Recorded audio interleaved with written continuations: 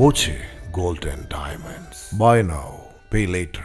Palakkad operation തൂഫാന്റെ ഭാഗമായുള്ള വാഹന പരിശോധനയ്ക്കിടെ വനിതാ SI ഉൾപ്പെടെയുള്ളവർക്ക് നേരെ മദ്യപ സംഘത്തിന്റെ ആക്രമണം.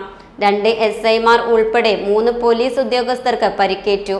ഇവർ ജില്ലാ ആശുപത്രിയിൽ ചികിത്സ തേടി. അക്രമം നടത്തിയ സൈനികനടക്കമുള്ള 4 പേരെ പോലീസ് അറസ്റ്റ് ചെയ്തു.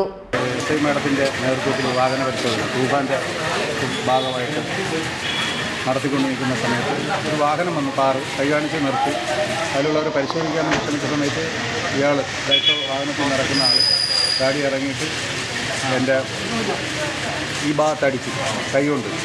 എനക്കൊന്നും എന്നെ ചെക്ക് ചെയ്യാൻ അധികാരമില്ല എന്ന് പറഞ്ഞിട്ടാണ് അടിക്കുന്നത്. അടിയോട് ഞാൻ മറിഞ്ഞു വീഴാൻ പോയി. അപ്പോഴത്തേക്ക് എൻ്റെ കൂടെയുള്ളവരെന്നെ താങ്ങി പിടിച്ചു.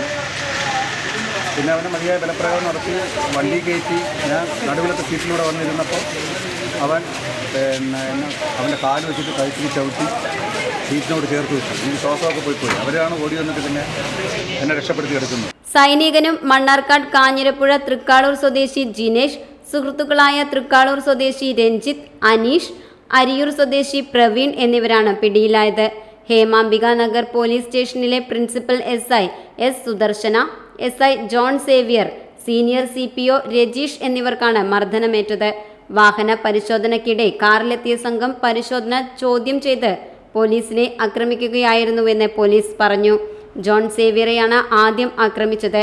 പിൻസീറ്റിൽ ഇരിക്കുകയായിരുന്ന ജിനേഷ് ഇദ്ദേഹത്തിന്റെ മുഖത്തടിച്ചു. കണ്ണട അടിച്ചു പൊട്ടിച്ചു.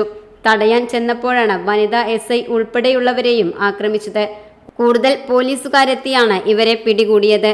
പ്രതികൾ മദ്യപിച്ചിരുന്നതായി പോലീസ് പറഞ്ഞു. ഇവർക്കെതിരെ ജോലി തടസ്സപ്പെടുത്തിയതിനുൾപ്പെടെ കേസെടുത്തിട്ടുണ്ട്.